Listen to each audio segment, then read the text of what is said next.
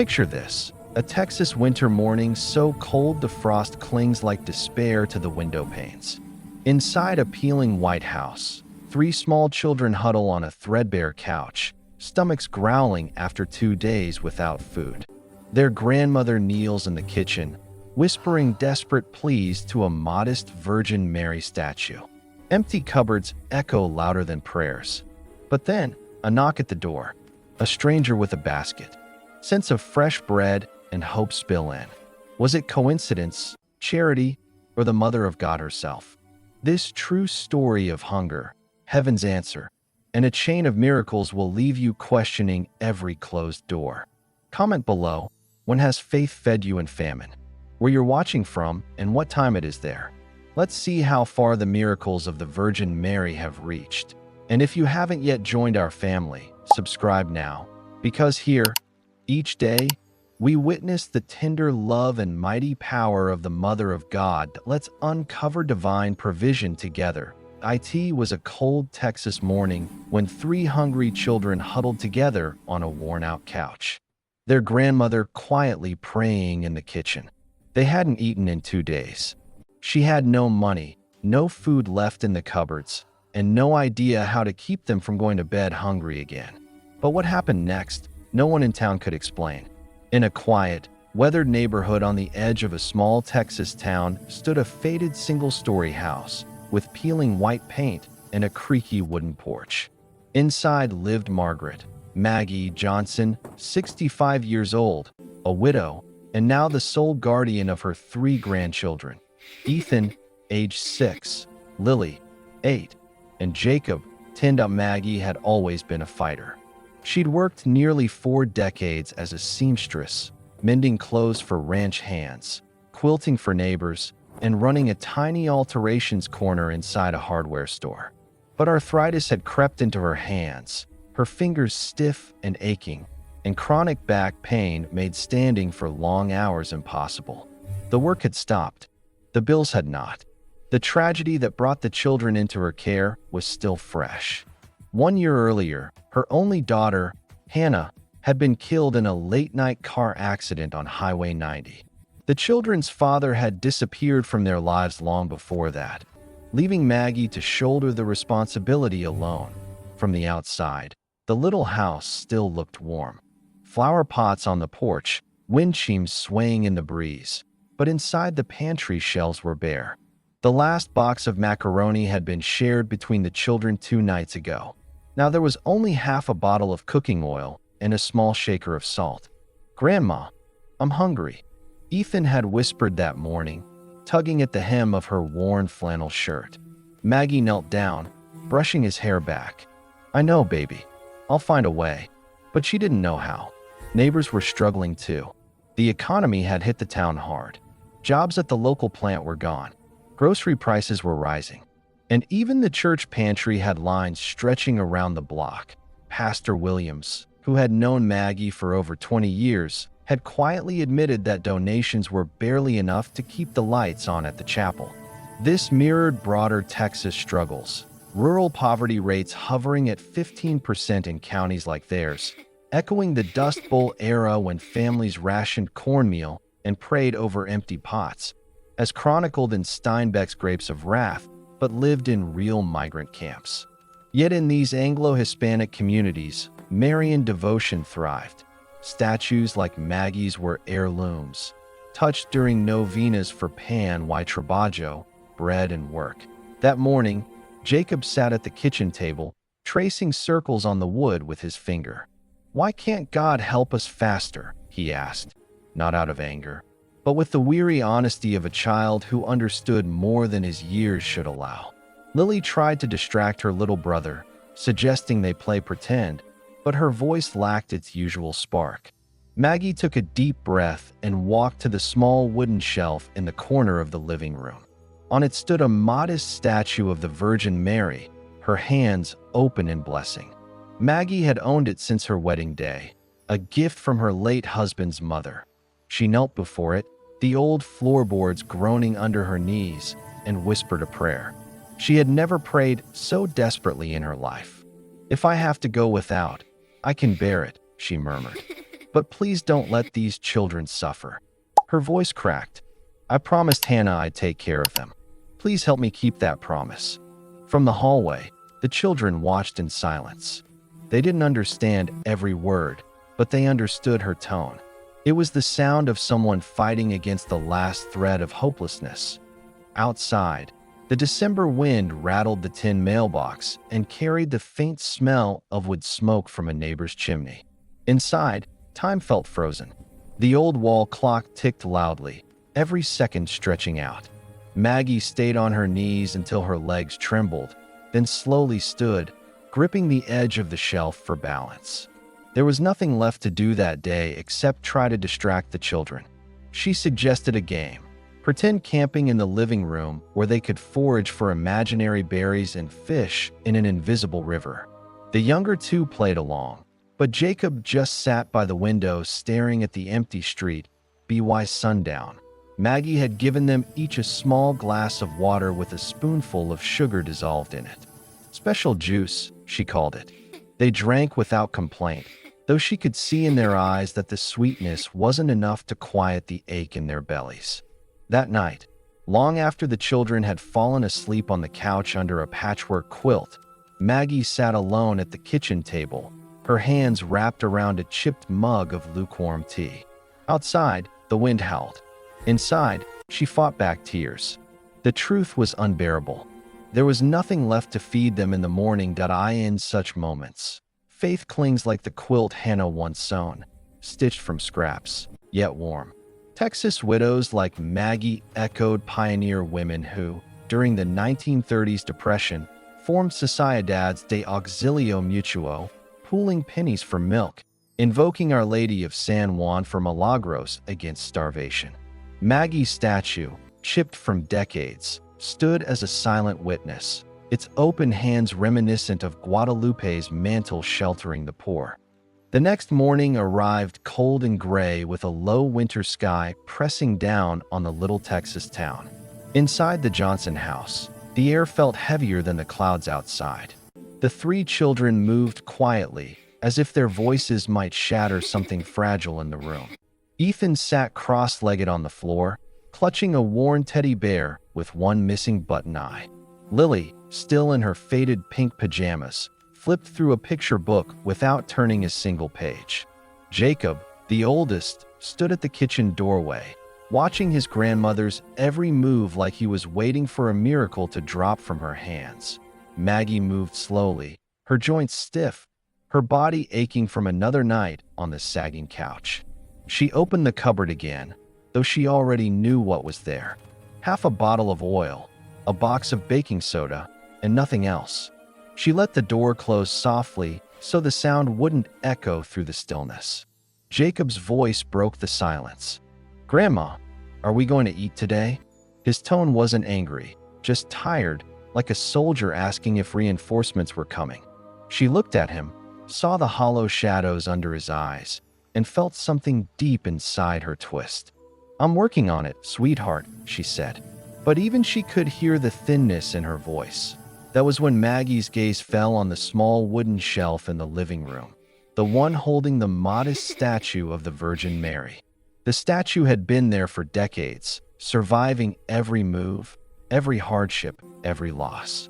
Now it seemed to look back at her with the same calm expression it always had, hands open as if offering something unseen. Without a word, she crossed the room. The children followed her with their eyes, sensing something important was about to happen.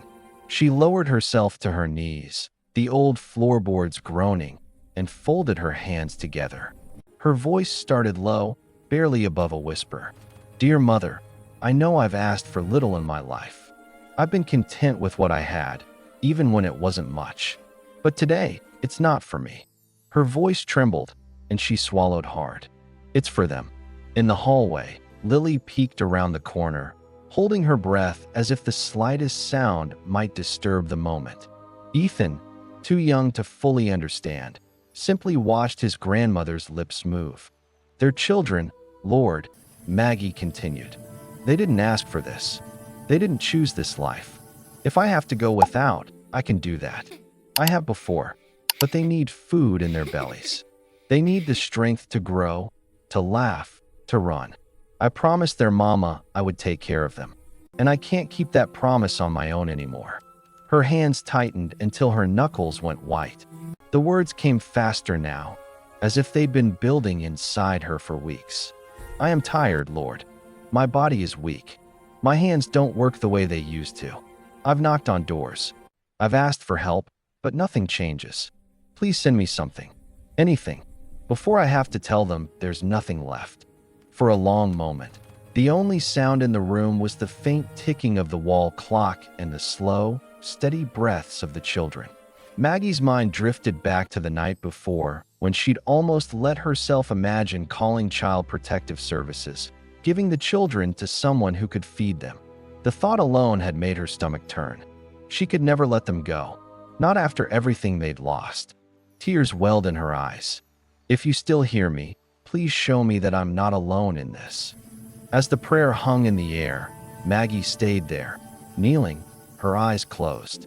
She felt the warmth of the morning light pushing through the thin curtains, landing softly on her face. It wasn't an answer, at least not yet, but it was something. A reminder that even in the coldest season, the sun still found its way inside. From his place in the doorway, Jacob shifted, his voice barely a whisper. "Is it going to work, Grandma? Will God hear you?" She turned her head just enough to meet his gaze. "He always hears," she said softly, even though her own faith trembled under the weight of hunger and worry. The moment passed slowly. Maggie rose to her feet, her knees protesting, and walked back to the kitchen. She poured each child a glass of water, stirring in a spoonful of sugar from the jar she kept for baking.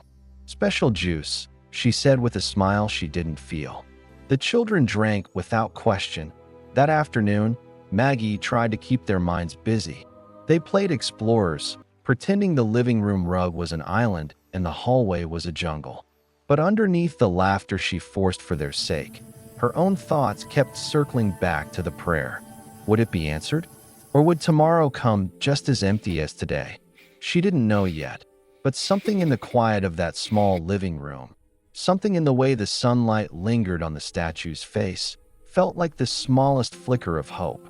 This persistent plea mirrored the gospel widow in Luke 18, badgering the unjust judge until justice flowed. Jesus urging, "Will not God give justice to his elect who cry to him day and night?" That evening, the house was quiet again. Maggie watched the children drift to sleep under the same quilt her daughter once slept beneath.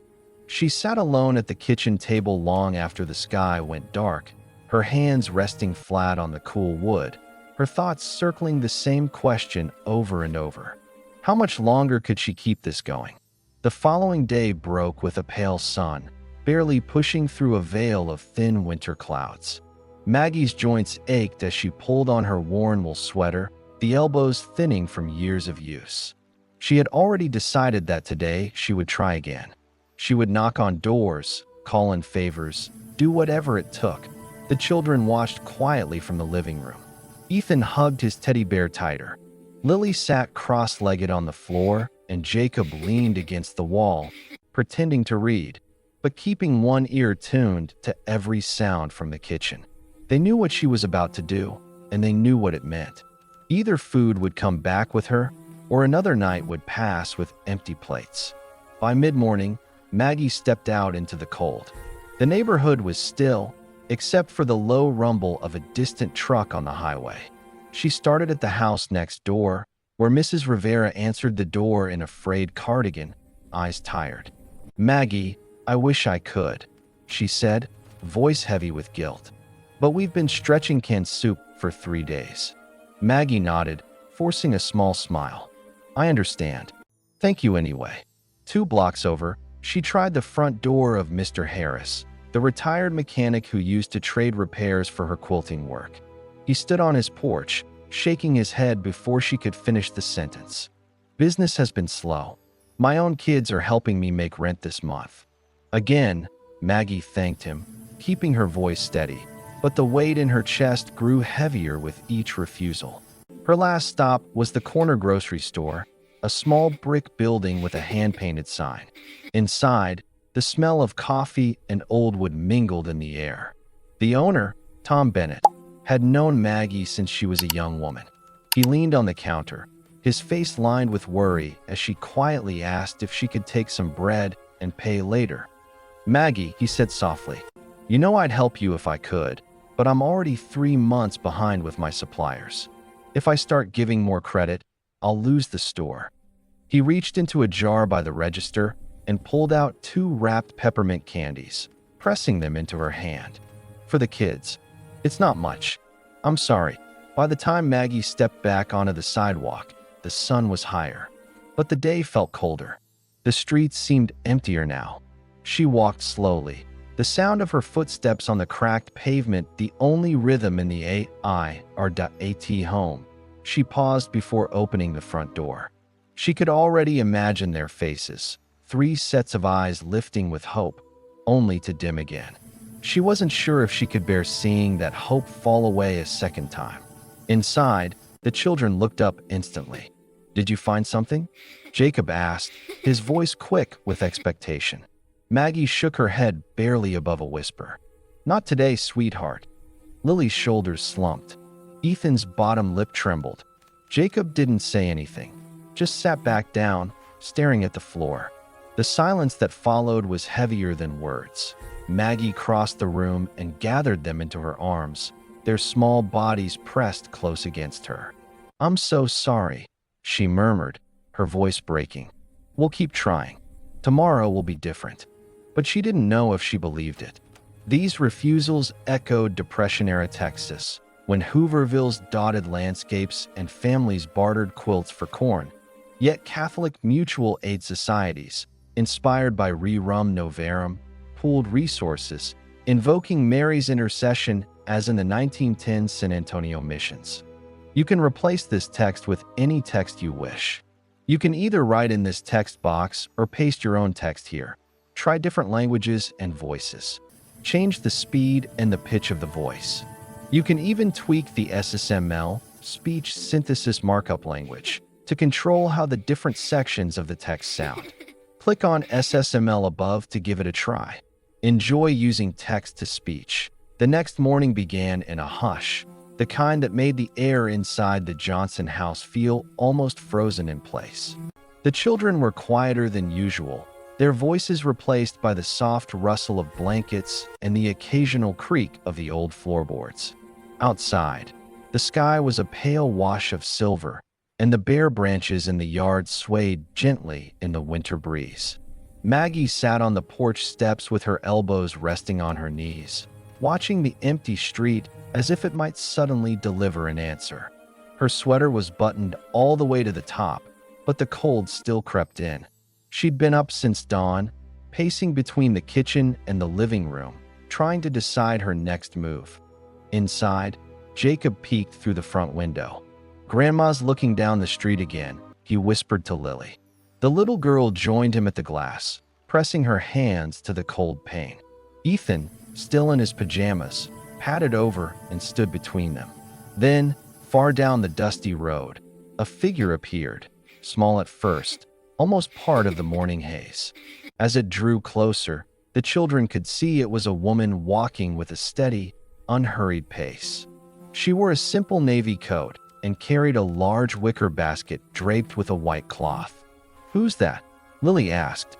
None of them recognized her. Maggie noticed the figure too. Something about the woman's stride, confident yet gentle, made her straighten her back. She stood as the stranger reached the gate and stopped, smiling softly as if she'd come exactly where she intended. "Good morning," the woman said, her voice calm and warm, carrying easily in the crisp air. "Are you Mrs. Johnson?" Maggie hesitated. "Yes, I am. I've heard you're looking after your grandchildren." The woman continued. "Times have been hard." The words made Maggie's heart tighten. "Who told you that?" The woman's smile didn't falter. "Let's just say I hear things that matter." She stepped forward, unlatching the gate without waiting for an answer. Normally, Maggie would have bristled at the intrusion, but there was something about this visitor, an ease in her manner, a light in her eyes that softened any instinct to push back. "May I come in?" the woman asked. Maggie nodded slowly, still unsure. The children had gathered at the doorway now, their faces bright with curiosity. The stranger glanced at them and said, "You must be Jacob, Lily, and little Ethan." Jacob's eyes widened. "How do you know our names?" The woman didn't answer directly. Instead, she walked into the living room, set the basket down on the coffee table, and lifted the white cloth. The scent of fresh bread spilled into the room first. Warm, yeasty, comforting. Beneath it were oranges, apples, cartons of milk, a whole roast chicken wrapped in paper, bags of beans and rice, a carton of eggs, and even a small tin of cookies. Ethan's mouth fell open. Lily clasped her hands together as if afraid the sight might vanish. Jacob took an involuntary step forward. "My word," Maggie breathed, her hand covering her mouth. "This is for you," the woman said gently. "For all of you." Maggie shook her head, tears already stinging her eyes. "I don't know what to say. I can't repay." The woman placed a hand on her shoulder, her touch warm despite the winter chill. "Your love for these children is enough. It's reached further than you think." The children began unloading the basket, their small hands brushing against apples and bread, as if they needed to feel the reality of it. The woman moved with them, placing the chicken in the kitchen, tucking the eggs safely on the counter, speaking softly as though she'd known the layout of the house for years. From the doorway, Maggie watched her, a strange sense of familiarity stirring in her chest. There was something about the woman's face, kind, steady, that pulled at a memory she couldn't quite place. Finally, she asked, "I'm sorry, but who are you?" The woman looked up from arranging the fruit and met her gaze. Her eyes seemed to hold both gentleness and something far deeper, like sunlight breaking through clouds. "Mrs. Johnson," she said quietly, "I think you already know." The words lingered in the air, settling into the room with an almost tangible weight. Maggie's breath caught, her heart beating hard against her ribs. She didn't understand everything, but she felt it, that whatever was happening in her living room wasn't ordinary. The woman smiled again, a smile that somehow felt both human and eternal. "I've come to help you, and when you're ready, I'll tell you how." For the first time in days, hope didn't just flicker in Maggie's chest. It bloomed. The last of the groceries were set neatly on the counter, their colors bright against the faded laminate. The children hovered nearby, still whispering to each other as if they might wake from a dream. Maggie stood a few steps back, her hands twisting the hem of her sweater, unable to shake the feeling that she was standing at the edge of something she couldn't yet name. The woman turned from the counter and looked at her. "Mrs. Johnson," she said softly, "you've been carrying a weight for a long time." Maggie swallowed, her throat suddenly dry. "We all have our burdens," she replied, "some heavier than others." The woman stepped closer, her eyes holding Maggie's with a quiet intensity. "But yours has been heard." For a moment, the kitchen felt impossibly still, like the air had thickened, the hum of the old refrigerator fading into silence. Maggie hesitated. "What do you mean heard?" The woman's lips curved into a smile, not wide, but warm, like the first light of morning slipping through a window. "Every prayer, every tear. Every time you whispered that you couldn't do it alone, I was there." A shiver traveled up Maggie's spine. You were there?" "Yes." The woman's voice was steady, but there was something in it, an unshakable certainty that made the words feel heavier than air. "I've walked beside you through the long nights. I've seen you choose love over despair, even when you thought no one noticed." The children had fallen silent now. Jacob glanced at Lily, then back at the woman, sensing that whatever was being said wasn't meant to be interrupted. Maggie took a step forward. Her voice was barely more than a whisper. "Who are you?" The woman's expression softened further. "I am the one you've spoken to every morning in this house. The one whose image you keep on that little wooden shelf. I am your mother, your heavenly mother." The words seemed to echo not just in the room, but inside Maggie's chest. Her knees weakened, and she gripped the edge of the counter. Are you saying yes? The woman's smile deepened, though her eyes shimmered with something both tender and vast.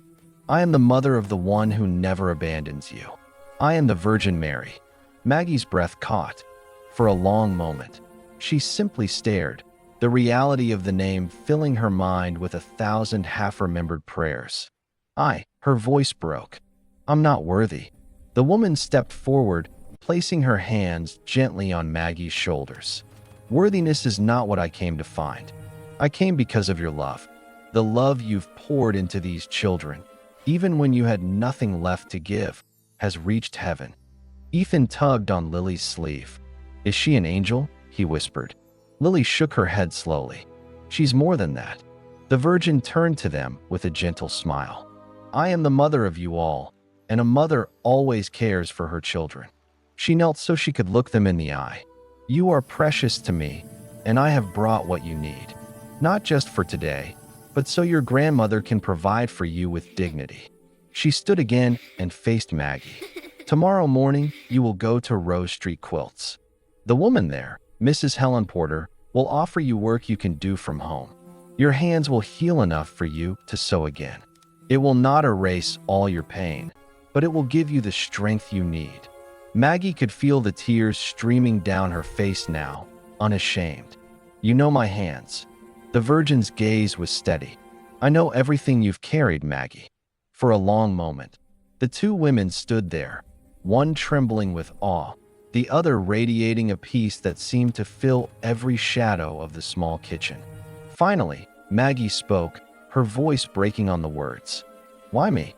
Because, Mary said, you never stop loving, even in hunger, even in hopelessness. And love like that is never overlooked. The children pressed closer to their grandmother, their eyes fixed on the serene figure in front of them. Jacob, the oldest, found his voice first. Will you come back? The Virgin smiled. I will always be near. You may not see me, but you will feel me. Then, as quietly as she had entered, she stepped toward the door. She paused in the frame, looking back one last time. Remember this day, and when the time comes, pass this kindness on. And with that, she stepped outside. The morning light caught her figure for just a heartbeat. And then, in a way none of them could explain, she was gone.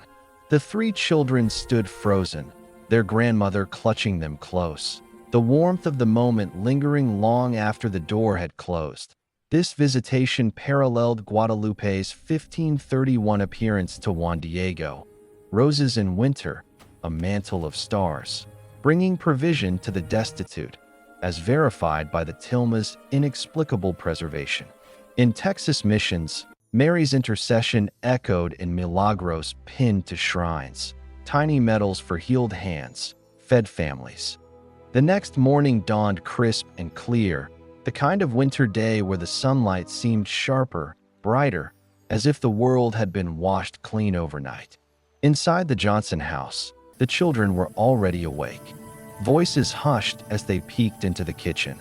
The basket from yesterday still sat on the counter, now a little lighter, but just as miraculous as when it first appeared. Maggie stood by the window, her hands wrapped around a warm mug of coffee. Real coffee, not the weak rebrewed water she'd been drinking for weeks. She kept replaying the words from the day before. Tomorrow morning, you will go to Rose Street Quilts. It had been spoken with such certainty that it felt less like a suggestion and more like a promise etched into stone. After breakfast, thick slices of toast with butter, scrambled eggs, and milk for the children, Maggie pulled on her best coat. The children watched from the porch as she walked down the street, the winter sun glinting off the frost still clinging to the grass. Rose Street Quilts was a small shop tucked between a florist and a hardware store on the far side of town. Its windows were filled with colorful fabric displays, and a faint scent of lavender drifted out as Maggie stepped inside. Behind the counter stood a woman in her 50s with silver hair pulled into a neat bun. She looked up from a cutting table and smiled. Can I help you? I was told you might need someone to do handwork, Maggie said, her voice careful, almost uncertain. The woman tilted her head. Your name? Maggie Johnson. Her smile widened. Well, now that's a name I've heard before. My cousin used to work with a Maggie Johnson years ago at a textile mill. Said you had the steadiest hands she'd ever seen. Maggie felt something stir inside her. A warmth, a connection she couldn't have planned. I did. Until she hesitated, glancing down at her fingers. Helen Porter, the shop owner, rounded the counter and handed her a piece of linen with a small embroidery hoop. Here, humor me, just a few stitches. Maggie's fingers trembled at first, the familiar ache in her knuckles threatening to slow her. But then, as the needle slid through the fabric, something shifted. The pain didn't vanish completely, but it dulled, manageable, as if her hands remembered exactly what to do and were grateful for the chance. When she finished the small flower pattern, Helen examined it with raised eyebrows. Beautiful, clean. You haven't lost your touch. A wave of relief and gratitude flooded through Maggie. I could work from home. I have the space, and it would let me stay with the children. Perfect, Helen replied. I'll pay you per piece. Start with 3 table runners. If they're as good as this, we'll talk about more. By the time Maggie stepped back into the street, she carried a small stack of fabric, a packet of thread, and the kind of hope she hadn't felt in months. That afternoon, she set up her sewing station by the front window where the light was best. The children gathered around, curious. Grandma, your hands aren't hurting? Lily asked. Not like before, Maggie said with a soft smile. She threaded the needle and began to stitch, the rhythm steady and familiar. Each loop and pull a reminder of the life she thought she'd lost. Hours passed without her noticing. For the first time in years, she finished a full afternoon's work without having to stop from pain. Over the next week, the house changed. The pantry shelves began to fill. The children's laughter returned, and Maggie found herself humming old hymns while she worked. Helen was so pleased with the first batch that she doubled Maggie's order and with it her pay. On the 7th day, Maggie delivered her work to the shop. Helen ran her fingers over the embroidery. These are some of the finest stitches I've seen in years. If you can keep this pace, I'll have more than enough work to keep you busy. That night, after the children were asleep, Maggie sat in the quiet kitchen with the last of her coffee. Her hands rested lightly on the table, not aching, not swollen, just calm. She glanced at the small statue of the Virgin Mary on the shelf and whispered, "You kept your word."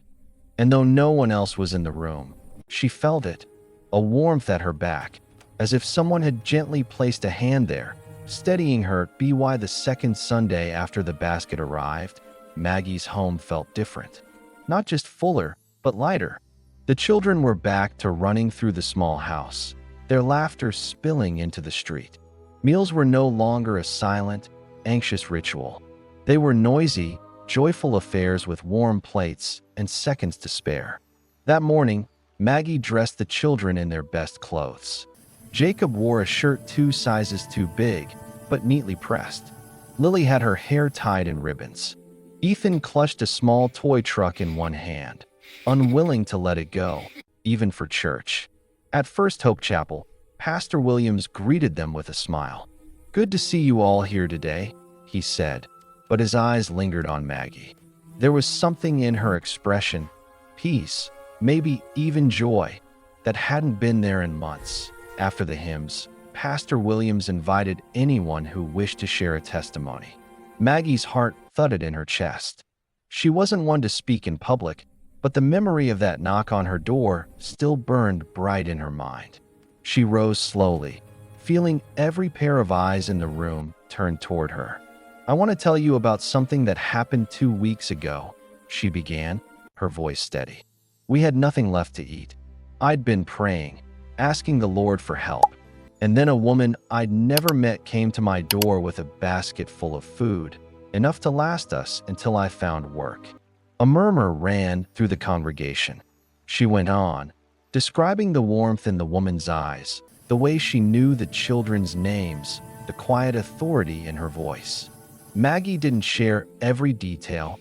Some moments felt too sacred, but she spoke of the change it brought.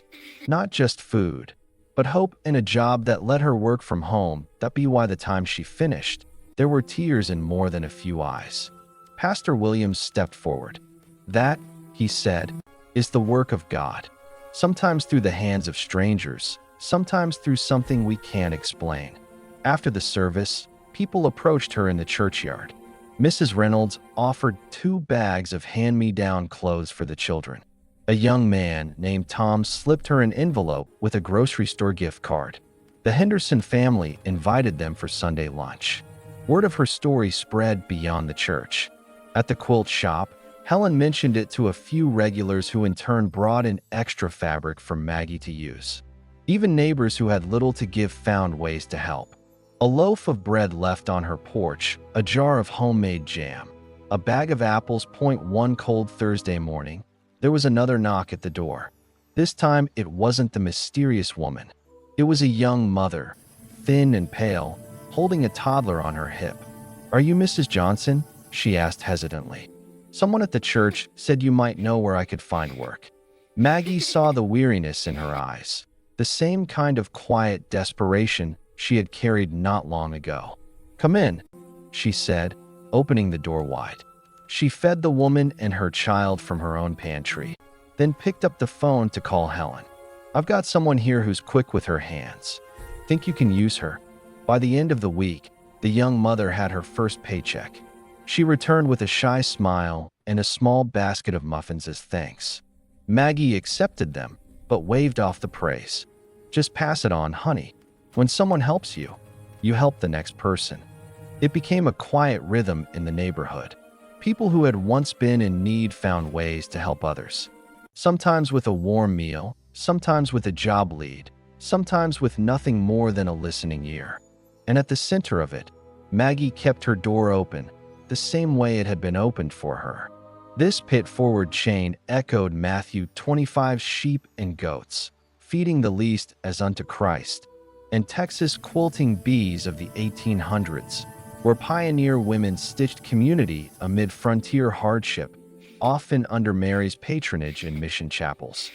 Winter melted into a soft Texas spring, and the Johnson house began to reflect the new season. The garden Maggie once let grow wild was now dotted with marigolds planted by Lily. Jacob had built a birdhouse with scrap wood, and Ethan liked to scatter breadcrumbs on the porch rail, waiting for the sparrows to come. Life still had its challenges, bills to pay, mending to do, the occasional sleepless night, but the sharp edge of survival had dulled. The pantry was never empty now, and the steady rhythm of Maggie's sewing kept food on the table and heat in the house. One quiet Sunday afternoon, she gathered the children around the kitchen table. Sunlight spilled across the wood, catching on the steam from a pot of tea. Maggie folded her hands in front of her and looked at each of them in turn. "Do you remember?" she began. "The morning when we didn't have anything left to eat." They nodded. Ethan's brow furrowed. "That's when the lady came with the basket." "That's right," Maggie said, smiling faintly. "And you remember who she told us she was?" "The Virgin Mary," Lily said without hesitation, her voice soft but certain. Maggie's smile deepened. "She told us something important that day, that when we're given help, we should help others, and that's what I want us to do as a family." Jacob leaned forward, elbows on the table. "Like all the time. As often as we can," Maggie said. "Every month, we'll set aside a little bit. Money, food, whatever we can spare, and we'll find someone who needs it more than we do. It won't always be easy, but that's how we keep her gift alive." The children exchanged glances, then nodded in agreement. It wasn't just a plan. It felt like a mission. That first month, they packed a small box with canned goods and left it on the porch of a neighbor who'd lost his job. The next month, they bought school supplies for a boy in Jacob's class whose backpack was falling apart. Each act was small, but each carried the quiet weight of the promise Maggie had made. Over time, others in the community began to notice. "You're raising them right," Mrs. Reynolds told her one afternoon at the market. Maggie only smiled. She didn't explain the whole story, not to everyone, but those who knew understood the deeper truth. The children grew into the rhythm of giving. Jacob learned to fix old bikes and started repairing them for kids who couldn't afford new ones. Lily began sewing doll clothes from leftover fabric, gifting them to families at the church.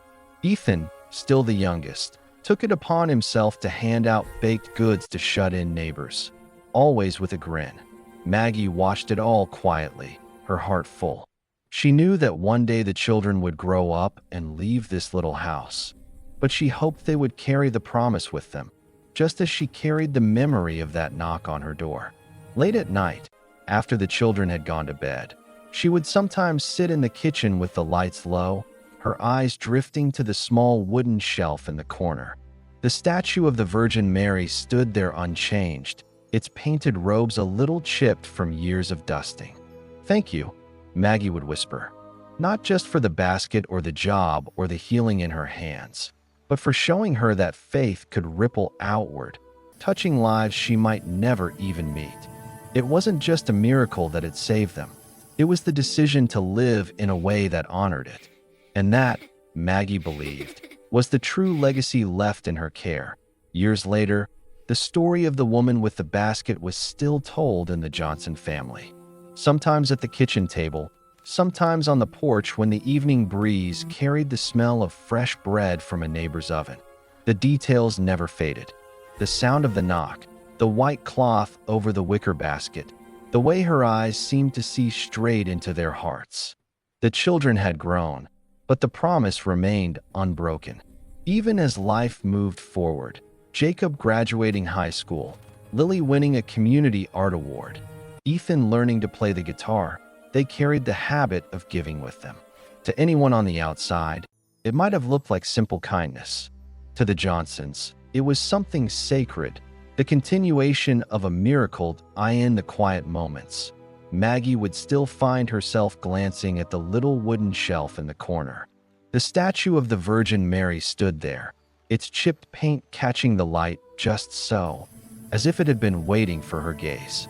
She never expected another visit. She didn't need one. The miracle had already changed everything.